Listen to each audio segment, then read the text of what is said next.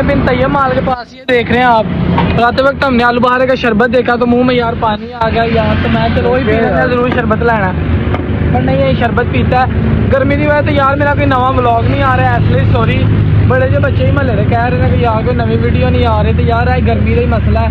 हूँ हले सुता उठिया हाँ, नहाते हैं तो नाल ही आके मैं चलो यार बंदा बाहर देखा हुआ अहमद भाई वीडियो आके रखे ने, पूरी मजेदार वीडियो बनाते हैं। नवा मेरा टिकटॉक चैनल अकाउंट है जी ताबी के नाम का, उत्थे जाओ वीडियो चेक करो, लिंक ही चाड़ी है, माशाल्लाह मिलियन च व्यू नहीं बजे है, 300 तो कुछ व्यू होए। इसलिए कह रहे हैं टीवी में देख लिया कपल जा रहे हैं, तो टेंशन नहीं लैनी है, कोई नहीं आहिस्ता आहिस्ता जो कोई नवी जगह लभेगी तो तुहानू वीडियो ला के बना के वहावांगे यार, टाइम नहीं लगता। दूसरी गल इंजॉय योर सेल्फ बड़ा मेरा डायलॉग है, मशहूर होया हर ब्लॉग च मैं घूमता रहा, इंजॉय योर सेल्फ, तो जी आके इंजॉय योर सेल्फ विस्त भी होना चलो किया, तो इसलिए है कोई मगे पी तो लिया तो पैसे है नहीं धोना है कि चलो धो दिने धो के तो फिर घर चलने। मेहरबानी है मेरे चैनल में छड़ना नहीं है ना, तुम आगो वीडियो नहीं बनाता, बनावांगे टाइम लग सकते।